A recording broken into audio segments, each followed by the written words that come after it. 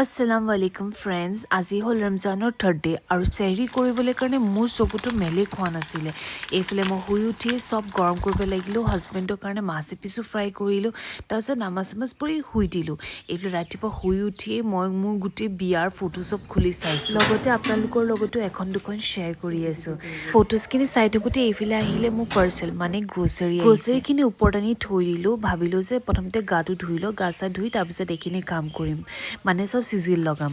এয়া মই প্ৰথমতে গা চা ধুই আহি ধুনীয়াকৈ স্কিন কেয়াৰ কৰি লৈছোঁ। তাৰপিছত আহিলোঁ কিচেনলৈ। প্ৰথমতে গেছটো চাফা কৰি লৈছোঁ ধুনীয়াকৈ। চেহৰি প্ৰিপাৰেশ্যন কৰিব লাগিব, সেইটো কাৰণে অলপমান চিকেন আনি মই এইখিনি বইল কৰি ল'লোঁ। বইল কৰি কিনে তাৰপিছত এইখিনি ড্ৰাই ফ্ৰাই বনাব লাগি গ'লোঁ। পাহৰি গৈছিলোঁ, গোটেই গ্ৰ'চাৰীখিনিও চিজিল লগাবলৈ আছে নহয়। এতিয়া মই সেই গ্ৰ'চাৰীখিনি ওলোৱাই লৈছোঁ, লগতে হাজবেণ্ডেও বজাৰৰ পৰা অলপমান বস্তু লৈ আহিছিলে, সেইখিনিও মই ওলোৱাই লৈছোঁ। গ্ৰ'চাৰীখিনি ওলোৱাই সব জেগাই চিজিল লগাই এতিয়া গ'লোঁ মই কিচেনলৈ আকৌ প্ৰিপাৰেশ্যন কৰিবলৈ কাৰণে ইফতাৰী। আকৌ বনাম ফ্ৰুট কাষ্টাৰ্ড। কাষ্টাৰ্ডৰ কাৰণে মই এইফালে গাখীৰখিনি পাতি তাৰপিছত এইফালে কাষ্টাৰ্ডখিনি মিক্স কৰি দি দিলোঁ।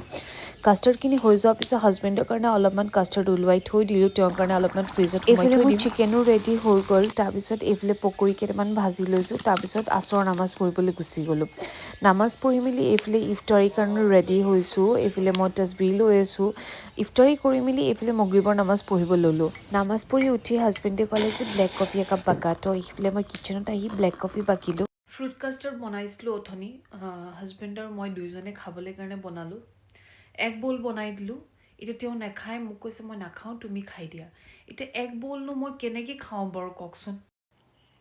দিয়া এখন দুখন